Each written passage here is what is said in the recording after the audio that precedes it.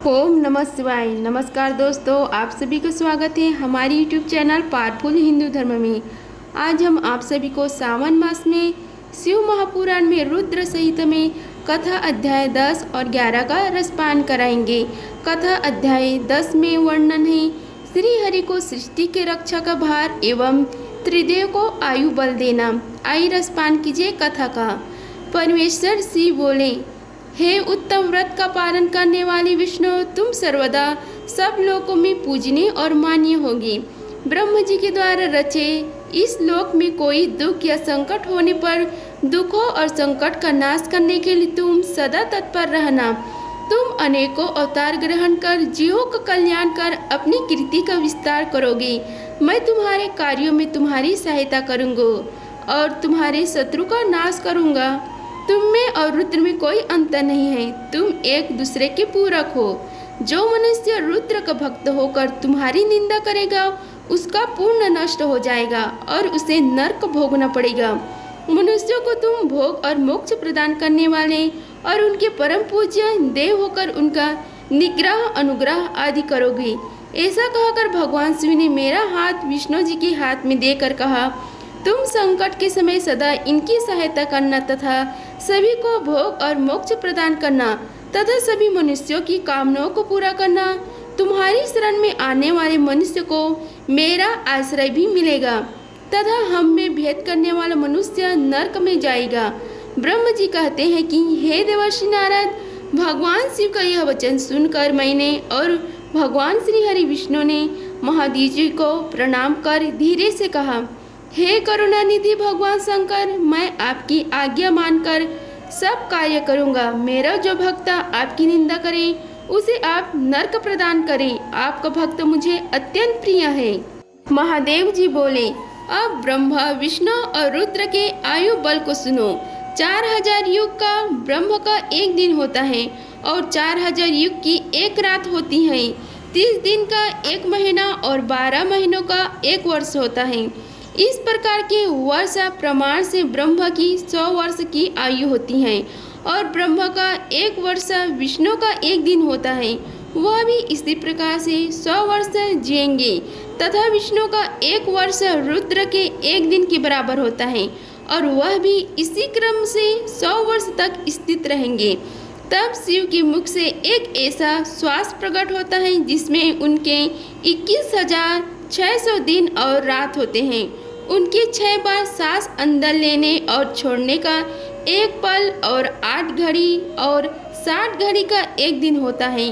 उनके सांसों की कोई संख्या नहीं है, इसलिए वे अक्षय हैं। अतः तुम मेरी आज्ञा से सृष्टि का निर्माण करो।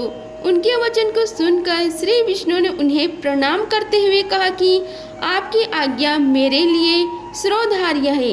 यह सुनकर भगवान शिव ने उन्हें आशीर्वाद दिया और अंतर ध्यान हो गए। उसी समय से लिंग पूजा आरंभ हो गई। अब हम आप सभी को कथा अध्याय 11 का रसपान कराते हैं, जिसमें वर्णन है शिव पूजन की विधि तथा फल प्राप्ति। ऋषि बोले, हे शिव जी, अब आप हम पर कृपा कर हमें ब्रह्म जी व नारद के संवादों के अनुसार शिव पूजन की विधि बताइए, जिससे भगवान शिव प्रसन्न होते हैं। ब्राह्मण, क्षत्रिय, वैश्य और शूद्र आदि चारों वर्णों को शिव पूजन किस प्रकार करना चाहिए? आपने व्यास जी के मुख से जो सुना हो कृपा हमें भी बताइए। महर्षियों के यह वचन सुनकर सूत जी ने ऋषियों द्वारा पूछे गए प्रश्नों का उत्तर देते हुए कहना आरंभ किया। सूत जी बोले, हे मुनीश्वर, जैसा आपने पूछा है वह बड़े रहस्य की बात है। मैंने इसे जैसे सुना है उसे मैं अपनी बुद्धि के अनुसार आपको सुना रहा हूँ। पूर्व काल में व्यास जी ने सनत कुमार जी से यही प्रश्न किया था। फिर उपमन्यु जी ने भी इसे सुना था और इसे भगवान श्री कृष्ण को सुनाया था। वही सब मैं अब ब्रह्मनाद संवाद के रूप में आपको बता रहा हूँ। ब्रह्म जी ने कहा, भगवान शिव की भक्ति सुखमय, निर्मल एवं सनातन रूप है तथा समस्त मनवांछित फलों को देने वाली है। यह दरिद्रता, रोग, दुख तथा शत्रु द्वारा दी गई पीड़ा का नाश करने वाले है। जब तक मनुष्य भगवान शिव का पूजन नहीं करता और उनकी शरण में नहीं जाता, तब तक ही उसे दरिद्रता, दुख, रोग और शत्रु जनित पीड़ा, ये 4 प्रकार के पाप दुखी करते हैं। भगवान शिव की पूजा करते ही ये दुख समाप्त हो जाते हैं और अक्षय सुखों की प्राप्ति होती है। वह सभी भोगों को प्राप्त कर अंत में मोक्ष प्राप्त करता है। शिव जी का पूजन करने वाले को धन, संतान और सुख की प्राप्ति होती है। ब्राह्मण, क्षत्रिय, वैश्य और शूद्रों को भी सभी कामनाओं तथा प्रयोजनों की सिद्धि के लिए विधि अनुसार पूजा उपासना करनी चाहिए। ब्रह्म मुहूर्त में उठकर गुरु तथा शिव का स्मरण करके तीर्थों का चिंतन एवं भगवान विष्णु का ध्यान करें।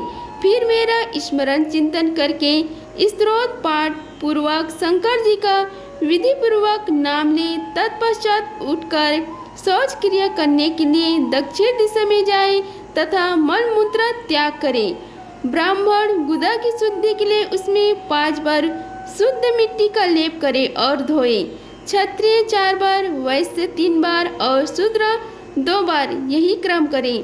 तत्पश्चात बाएं हाथ में 10 बार और दोनों हाथ में 7 बार मिट्टी लगाकर धोए। प्रत्येक पैर में 3-3 बार मिट्टी लगाए। स्त्रियों को भी इसी प्रकार क्रम करते हुए शुद्ध मिट्टी से हाथ पैर धोने चाहिए।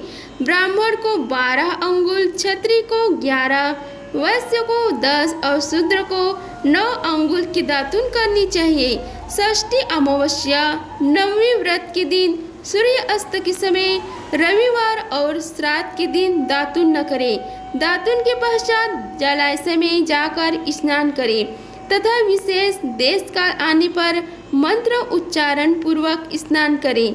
फिर एकांत स्थान पर बैठकर विधि पूर्वक संध्या करें तथा इसके उपरांत विधि विधान से शिव पूजन का कार्य आरंभ करें। तदुपरांत मन को सुस्थित करके पूजा गृह में प्रवेश करें तथा आसन पर बैठे। सर्वप्रथम गणेश जी का पूजन करें, उसके उपरांत शिव जी की स्थापना करें। 3 बार आचमन कर 3 प्रणाम करते समय त्रिनेत्रधारी शिव का ध्यान करें। महादेव जी के 5 मुख, 10 भुजाएं और जिनकी स्फटिक के समान उज्जवल कांति है, सब प्रकार के आभूषण उनके श्री अंगों को विभूषित करते हैं तथा वे बागंबर बांधे हुए हैं। फिर प्रणव मंत्र अर्थात ओमकार से शिव जी का पूजन आरंभ करें। पद्य, अर्घ्य और आचमन के लिए पात्रों को तैयार करें। 9 कलश स्थापित करें तथा उन्हें कुशाओं से ढक कर रखें। कुशाओं से जल लेकर ही सबका प्रक्षालन करें। तत्पश्चात सभी कलशों में शीतल जल डालें।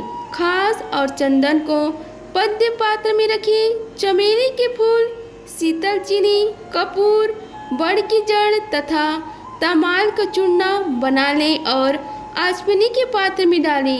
इलायची और चंदन को तो भी सभी पात्रों में डालें। देवाधिदेव महाजी के सामने नंदीश्वर का पूजन करें। गंध, धूप तथा दीपों द्वारा भगवान शिव की आराधना आरंभ करें। संध्योजात प्रद्यामी मंत्र से शिव जी का आवाहन करें। ओम वामदेवाय नमः मंत्र द्वारा भगवान महेश्वर को आसन पर स्थापित करें। फिर ईशान सर्व विद्यानाम मंत्र से आराध्य देव का पूजन करें। पद्य और आचमनी अर्पित कर अर्घ्य दें। तत्पश्चात गंध और चंदन मिले हुए जल से भगवान शिव को विधि पूर्वक स्नान कराएं। तत्पश्चात पंच अमृत से भगवान शिव को स्नान कराएं। पंच अमृत के 5 तत्वों दूध, दही, शहद, गन्ने का रस तथा घी से नहलाकर महादेव जी के प्रणव मंत्र को बोलते हुए उनका अभिषेक करें। जल पात्रों में शुद्ध व शीतल जल लें। सर्वप्रथम महादेव जी के लिंग पर कुश, अपामार्ग, कपूर, चमेली, चंपा, गुलाब, सफेद कनेर, बेला, कमल और उत्पल पुष्पों एवं चंदन को चढ़ाकर पूजन करें। उन पर अनवरत जल की धारा गिरने की भी व्यवस्था करें। जल से भरे पात्रों से महेश्वर को नहलाएं। मंत्रों से भी पूजा करनी चाहिए। ऐसी पूजा समस्त अभीष्ट फलों को देने वाली है। पावमान मंत्र, रुद्र मंत्र, नील मंत्र, नील रुद्र मंत्र, पुरुष सूक्त, श्री सूक्त, अथर्व शीर्ष मंत्र, शांति मंत्र, भारुंड मंत्र, स्थारण सम, मृत्युंजय मंत्र एवं पंचाक्षर मंत्रों से पूजन करें।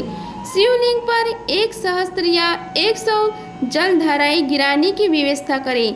स्पष्टिक के समान निर्मल, अविनाशी, सर्वलोकमय परम देव जो आरंभ और अंत से हीन तथा रोगियों की औषधि के समान है, जिन्हें शिव के नाम से पहचाना जाता है एवं जो शिवलिंग के रूप में विख्यात है, उन भगवान शिव के मस्तक पर धूप, दीप, नैवेद्य और तांबूल आदि मंत्रों द्वारा अर्पित करें।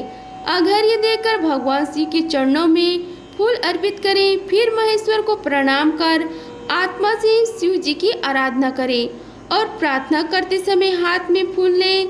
भगवान शिव से क्षमा याचना करते हुए कहे कि हे कल्याणकारी शिव, मैंने अनजाने में अथवा जानबूझ कर जो जब तब पूजा आदि सत्कर्म किए हो, आपकी कृपा से वे सफल हो।